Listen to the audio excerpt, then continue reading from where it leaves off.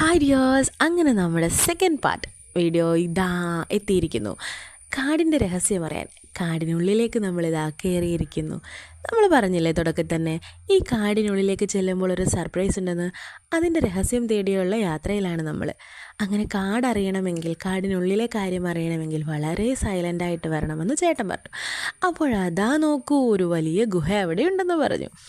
അങ്ങനെ ലേശം കൗതുകം കൂടുതലായതുകൊണ്ട് ആ സ്പീഡിൽ അങ്ങോട്ട് ഓടിക്കേറി.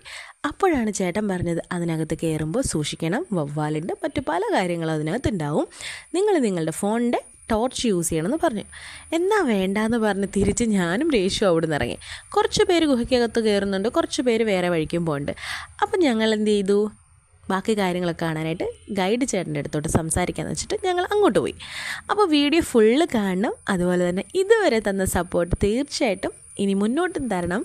അപ്പോൾ വീഡിയോ ഇഷ്ടപ്പെട്ടാൽ ലൈക്ക് ചെയ്യണം, ഷെയർ ചെയ്യണം, സബ്സ്ക്രൈബ് ചെയ്യണം. ഇവിടുന്നായിരുന്നു ആ യാത്രയുടെ തുടക്കം. ആ കാടിനുള്ളിലെ രഹസ്യം അറിയാൻ കാടിനുള്ളിലേക്ക് തന്നെ പോകണം. എങ്കിൽ മാത്രമേ അതിനുള്ളിലെ ആ രഹസ്യം നമുക്കറിയാൻ പറ്റൂ. അങ്ങനെ ഗൈഡ് ചേട്ടൻ ഞങ്ങളെ കൊണ്ടുപോയത് ആ ഒരു വലിയ രഹസ്യം അല്ലെങ്കിൽ ആ ഒരു വലിയ കഥ പറഞ്ഞു തരാനായിരുന്നു.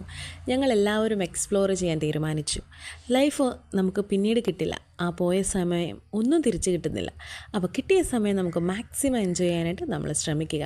അത് എത്ര പ്രായമായാലും എന്ത് സാഹചര്യങ്ങളായാലും നമുക്ക് സമാധാനം കിട്ടുന്ന വഴി നമ്മൾ തന്നെ തിരഞ്ഞെടുക്കണം.